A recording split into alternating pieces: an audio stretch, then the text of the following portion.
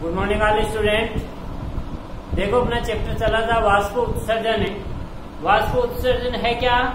यानी पादप के वायवीय भाग से है जल का वाष्प के रूप में त्याग नहीं क्या कहलाता है?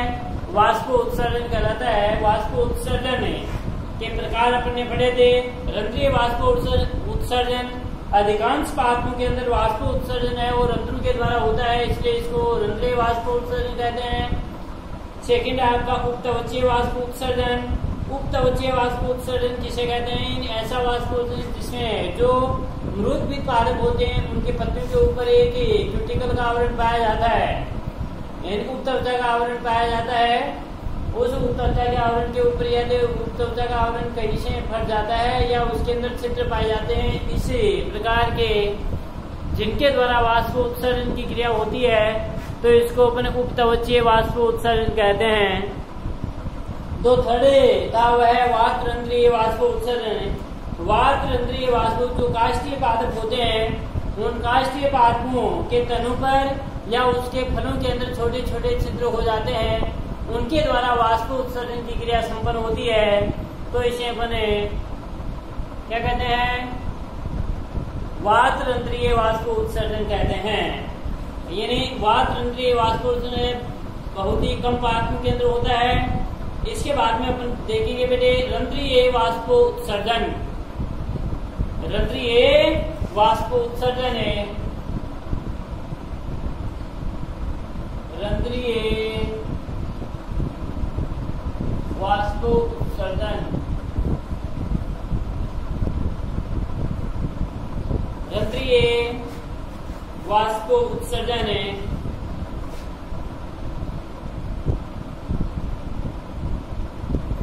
यानी ये पत्ती के देखो इसमें वाष्प उत्सर्जन के लिए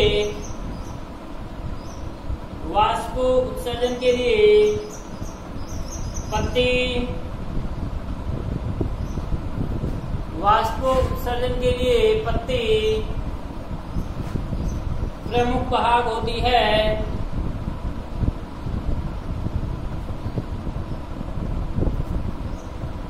प्रमुख भाग होती है पत्ती की ऊपरी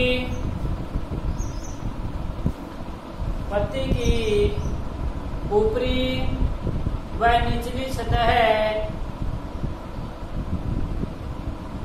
पत्ती की ऊपरी व निचली सतह अधिचरम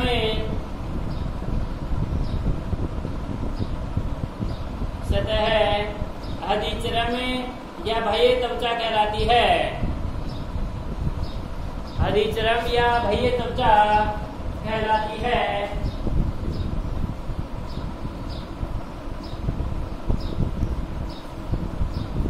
बाह्य त्वचा कहलाती है। पहला चेंज करके लिखना है दोनों ऊपरी या निचली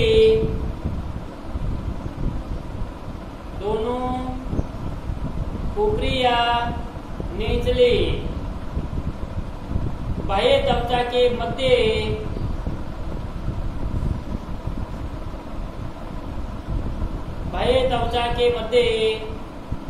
पर्ण मध्योतक उत्तक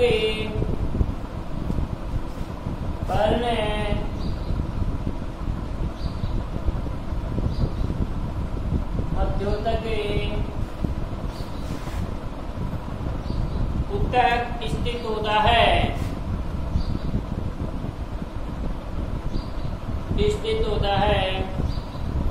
यह दो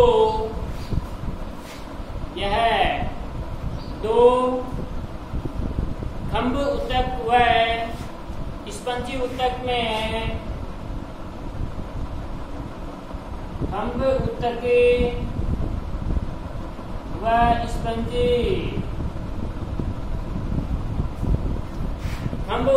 व स्पंजी उत्तक में विभेदित होता है।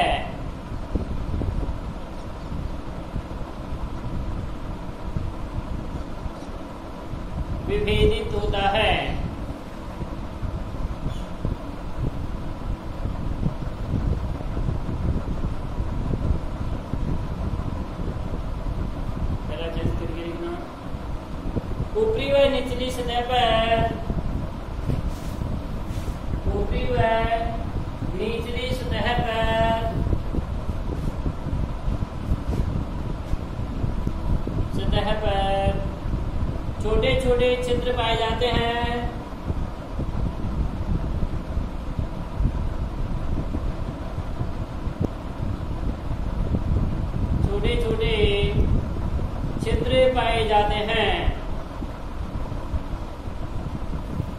इन्हें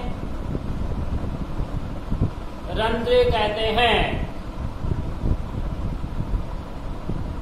छोटे छोटे छिद्र पाए जाते हैं, इन्हें रंध्र कहते हैं।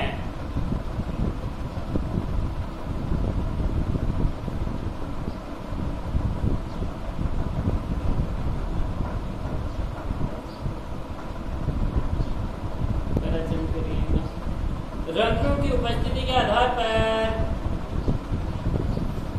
रंध्रों की उपस्थिति के आधार पर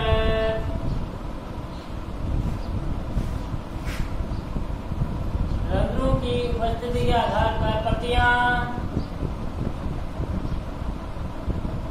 रंध्रों की उपस्थिति के आधार पर पत्तियां निम्न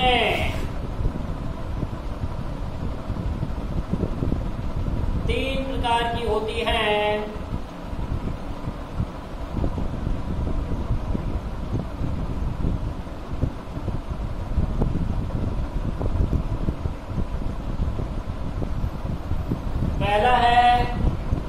पहली पत्ती है वो है अधिरंध्री पत्ती।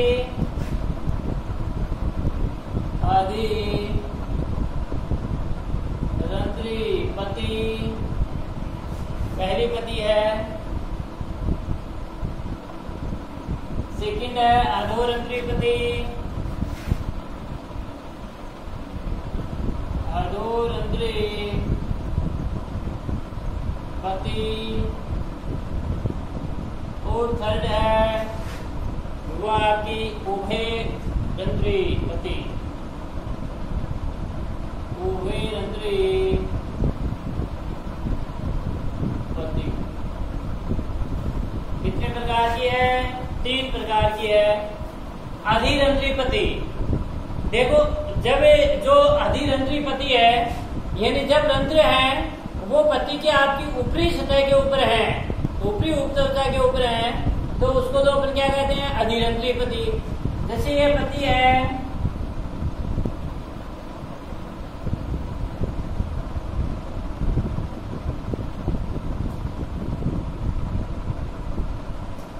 जब जो रंध्र है ये रंध्र इसकी ऊपरी सतह के ऊपर है तो इसको तो क्या कहते हैं अपन? अधिरंध्री पत्ती। क्या कहते हैं? और जब रंध्र इसकी पत्ती के निचली सतह के ऊपर है तो उसको क्या कहते हैं? अधोरंध्री पत्ती। और उभयरंध्री पत्ती यानी ऐसी पत्ती जिसके अंदर यानी ऊपरी और निचली दोनों सतह के ऊपर रंध्र उपस्थित हैं, रंध्र पाए जाते हैं, तो इसको ऊपर क्या कहते हैं? अधो उभयरंध्री पत्ती। तो पहला है मेरे अधिरंध्री पत्ती। पत्ती देखो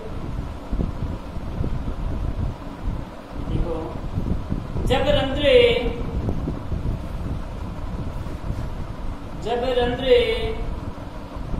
पत्ती की केवल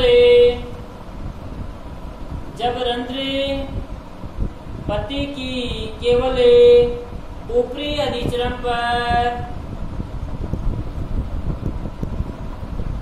जब रंध्र पत्ती की केवल ऊपरी अधिचरण पर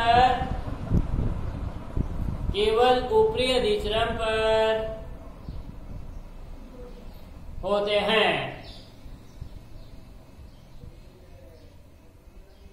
ऊपरी अधिचरण पर होते हैं, तो ऐसी पत्तियां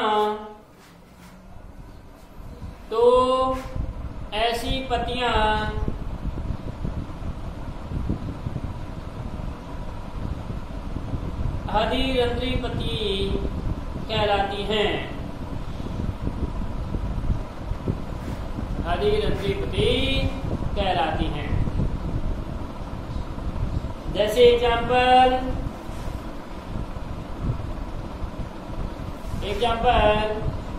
वाटर लिली,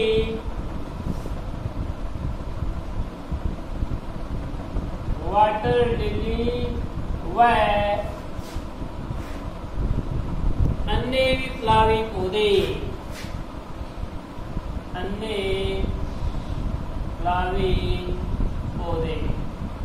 प्लावी पौधे कौन से होते हैं? जो पानी की सतह के ऊपर तैरने वाले हैं उनके अंदर।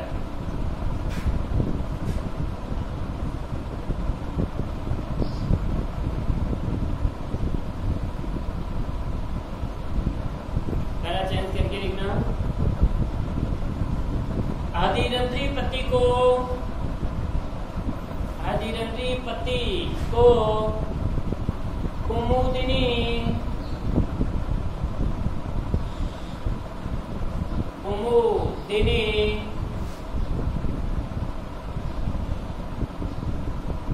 अधिरंद्री पति को कुमुदिनी प्रकार की पति भी कहते हैं।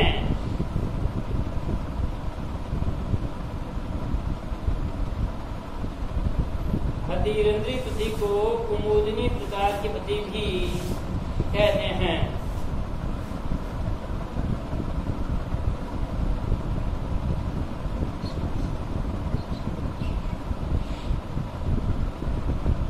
दूसरो है अधोरंद्री पति।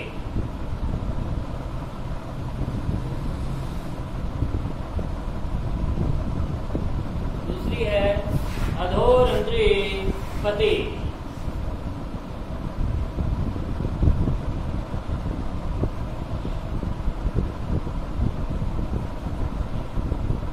जब रंध्री पति की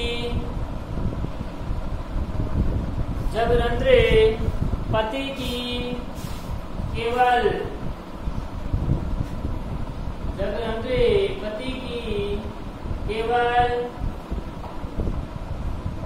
निचली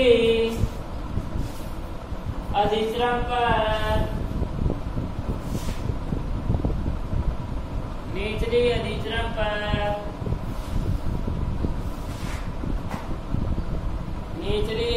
पर होते हैं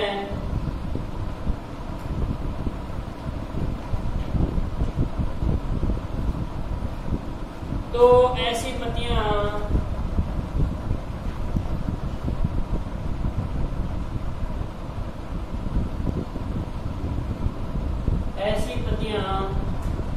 अधोरंध्री पति कहलाती हैं।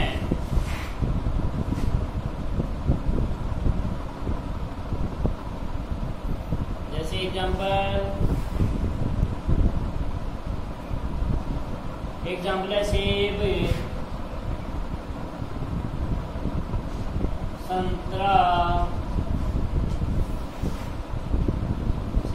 संतरा की पत्तियां अधोरंध्री पत्तियां होती हैं।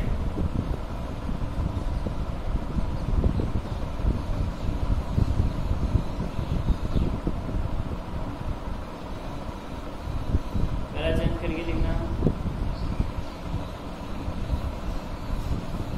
अधोरंध्री पत्तियों को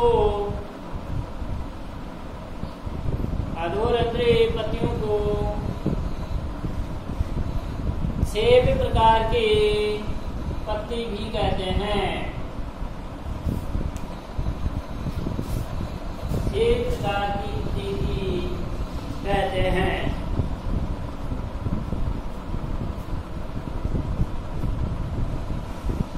पत्ती भी कहते हैं।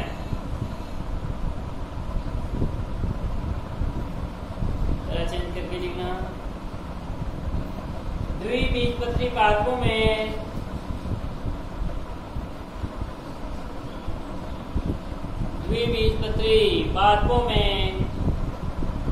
अधोरंध्री पत्तियां पाई जाती हैं। पादपों में अधोरंध्री पत्तियां पाई जाती हैं। तीसरा है बेटे उभयरंध्री पत्ती। उभयरंध्री पत्ती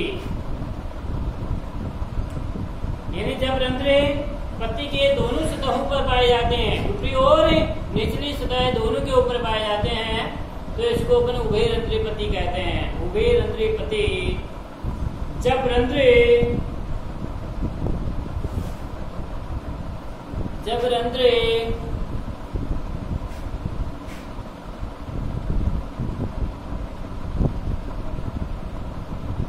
पत्ती के दोनों सतहों पर पत्ती के दोनों सतहों पर उपस्थित होते हैं। दोनों सतहों पर उपस्थित होते हैं। तो ऐसी पत्तियां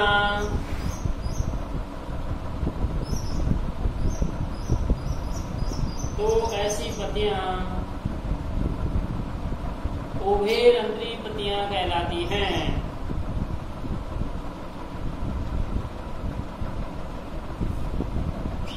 उभयरंध्री पत्तियां कहलाती हैं।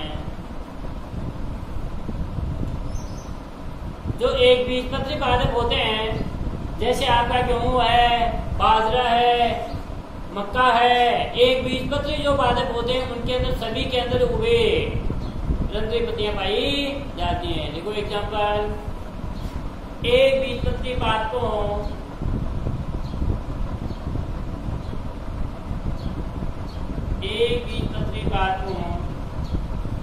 जैसे मक्का, बाजरा,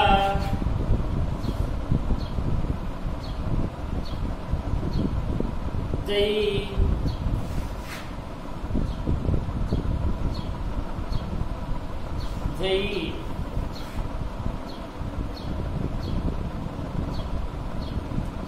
तथा सभी घासें, घास जो भी है, पहला चेंज करके लिखना। उभयरंध्री पत्ती को उभयरंध्री पत्ती को जई प्रकार की पत्ती भी कहते हैं। जई प्रकार की पत्ती भी कहते हैं।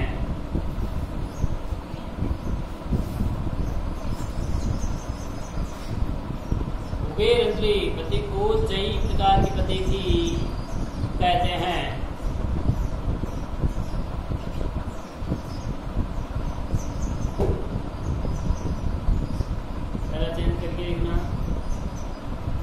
उभयरंध्री पत्ती की दोनों सतहों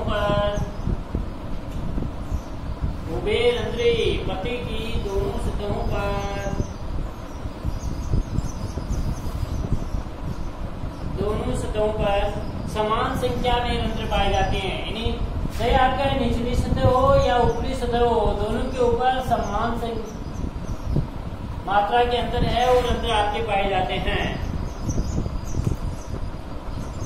पत्ती की दोनों सतहों पर समान संख्या में रंध्र पाए जाते हैं।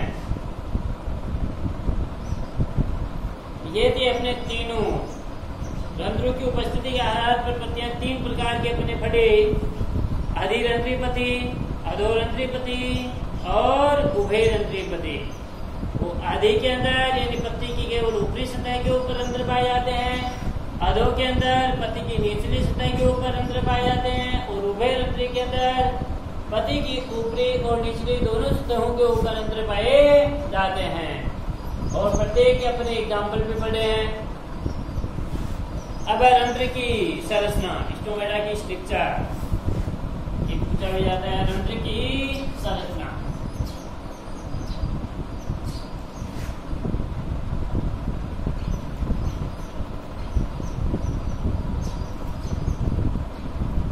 रंध्र की संरचना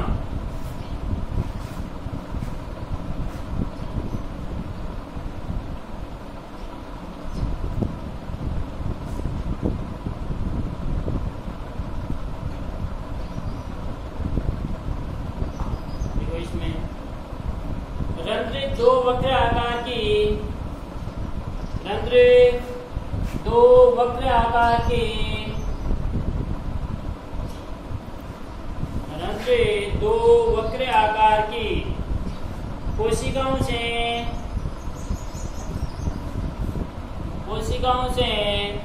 घिरे रहते हैं। इन कोशिकाओं को द्वार कोशिकाएं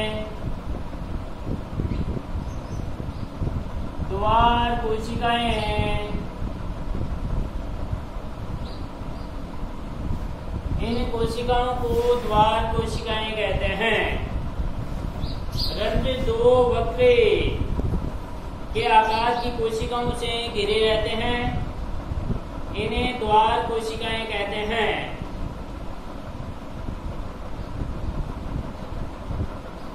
ये द्वार कोशिकाएं हरित प्लवक की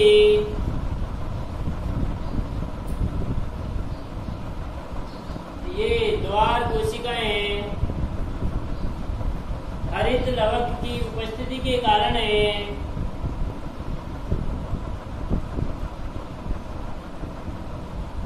हरित लवक की उपस्थिति के कारण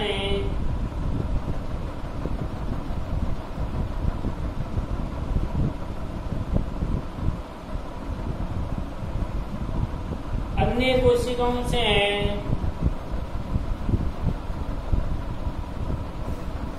भिन्न होती हैं।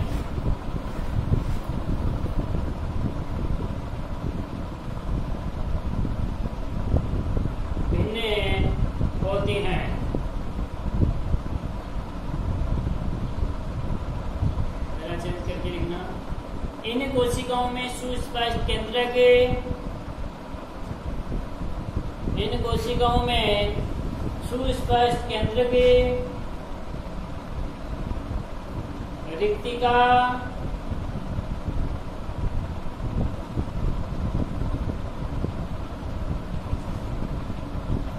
तथा सूक्ष्म तंतु पाए जाते हैं। सूक्ष्म तंतु पाए जाते हैं।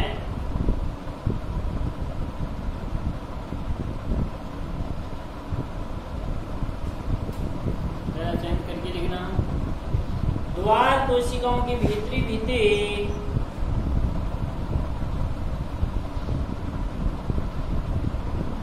द्वार कोशिकाओं की भीतरी भित्ति जो रंध्रीय छिद्र की ओर द्वार कोशिकाओं की भीतरी भित्ति जो रंध्रीय छिद्र की ओर होती है,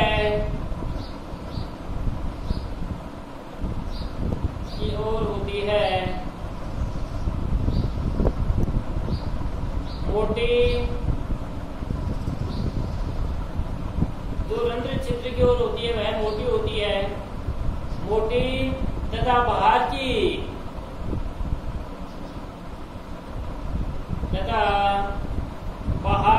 भित्तियां पतली होती हैं। भित्तियां पतली होती हैं।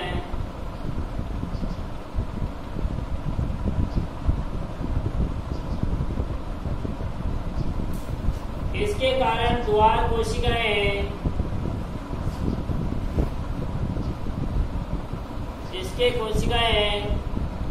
कोशिकाएं फूली हुई होती है।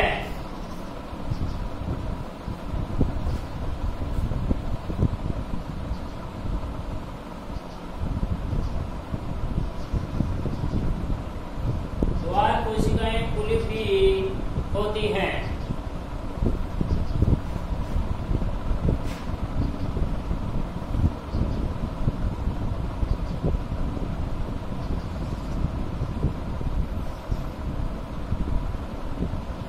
जो रंध्र खुल जाते हैं, खुली हुई होती हैं, तो रंध्र खुल जाते हैं।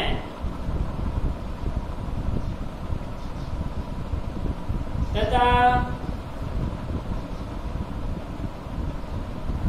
द्वार कोशिकाएं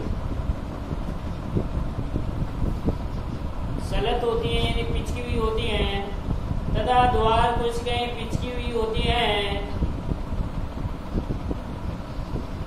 तथा द्वार कोशिकाएं पिचकी हुई होती हैं, तो रंध्र बंद हो जाते हैं।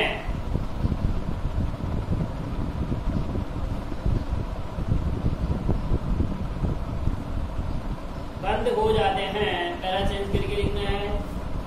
द्वार कोशिकाओं के चारों ओर स्थित कोशिकाएं द्वार कोशिकाओं के चारों ओर स्थित कोशिकाएं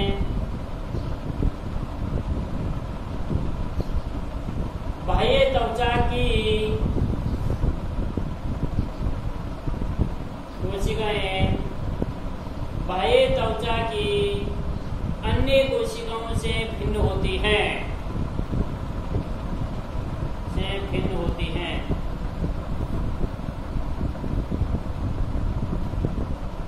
इन्हें सहायक कोशिकाएं कहते हैं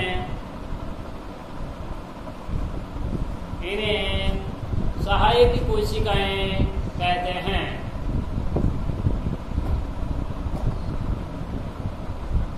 जरा चेंज करके लिखना। एक बीजपत्री पादपों में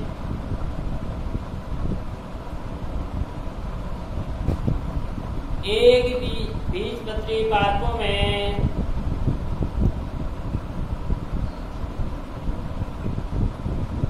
रंध्रे डंबलाकार होते हैं। रंध्रे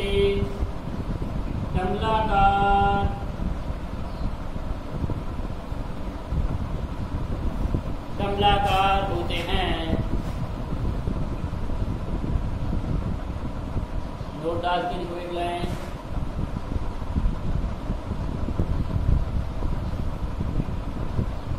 पत्तियों में रंध्रों की संख्या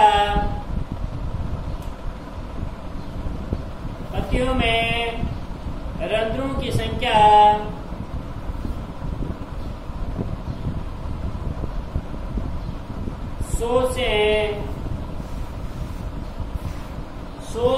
60,000 प्रति वर्ग सेमी तक हो सकती है। पत्तियों में रंध्रों की संख्या 100 से 60,000 प्रति वर्ग सेमी तक हो सकती है।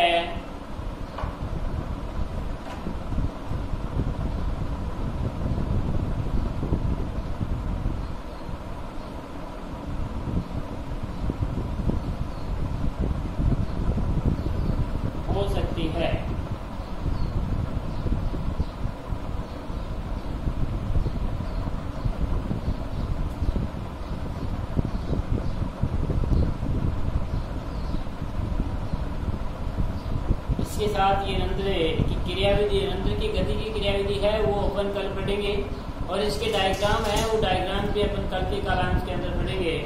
Thank you.